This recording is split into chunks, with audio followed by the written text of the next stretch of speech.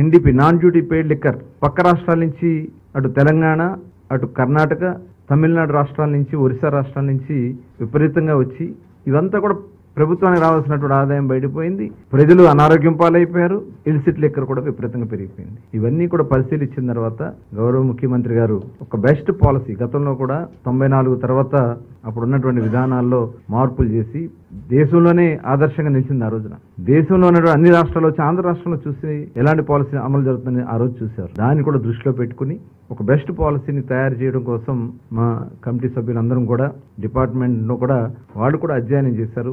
దేశం అంతా వెళ్ళి దాదాపు ఒక 6 రాష్ట్రాలు గవర్నమెంట్ షాపులు అమలు జరుగుతున్నటువంటి విధానం, ప్రైవేట్ షాప్స్ అమలు జరుగుతున్నటువంటి విధానం, అటు ప్రైవేటు గవర్నమెంట్ కలిపి నడుపుతున్నటువంటి విధానం, ఇవన్నీ కూడా స్టడీ చేసి వాళ్ళకు రిపోర్ట్ చేసి ఇవ్వడం జరిగింది. అలాగే ట్యాక్సేషన్ కూడా ఏ రకంగా ఉందనేది ట్యాక్సేషన్ విషయంలో కానీ, ఎందుకంటే గతంలో మేము ఎన్నికల మేనిఫెస్టోలో ఇచ్చినటువంటి రిజర్వేషన్ కూడా ఏదైతే గీత కార్మికులు ఉంటారో ఆడి ట్యాపర్స్ కు సంబంధించి కళ్ళు గీత కార్మికులకి 10% షాప్స్ ఇస్తామని చెప్పి ఆ రోజున ఎన్నికల్లో హామీ ఇచ్చాం. దాని మీద కూడా ఒక రిపోర్ట్ తయారు చేసుకుని ఇవన్నీ కూడా మరి ముఖ్యమంత్రి గారికి ముందు రేపు సబ్ కమిటీ ముందు రేపు కేబినెట్ ముందు పెట్టడానికి ఇది ఈ రోజు 3వ సమావేశం కూడా కండక్ట్ చేసుకున్నాం.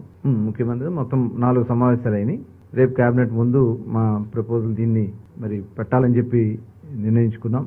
దీనిలో సరసమైనటువంటి ధరలకి నాణ్యమైనటువంటి బ్రాండ్స్ తో ప్రజల ఆరోగ్యాలను కాపాడే విధంగా ఈ పాలసీని డిజైన్ చేయాలని, అలాగే దీనివల్ల ఏంటంటే నార్కోటిక్ విపరీతంగా డ్రగ్స్ కానీ గంజాయి కానీ వాళ్ళు విపరీతంగా యూత్ అంతా కూడా గతంలో బీర్ సేల్స్ కి ఇప్పుడున్న బీర్ సేల్స్ కి 50% పడిపోయింది. కేవలం రేట్లు పెంచడం వల్ల వాళ్ళందరూ కూడా డైవర్ట్ అయ్యి గంజాయికి డ్రగ్స్ కి వాళ్ళు డైవర్ట్ అయిపోయారు. తిరిగి అవన్నీ కూడా కంట్రోల్ చేయడానికి కూడా మరి దీంట్లో ఈ పాలసీలో కొంత ఈ ఎరాడికేషన్ కి సంబంధించి ఏదైతే మద్యాన్ని నియంత్రణ కోసం రేపు రాబోయే కాలంలో కొంత ఫండింగ్ కూడా దానికోసం ఖర్చు పెట్టడానికి కూడా నిర్ణయించుకోవడం కూడా జరిగింది.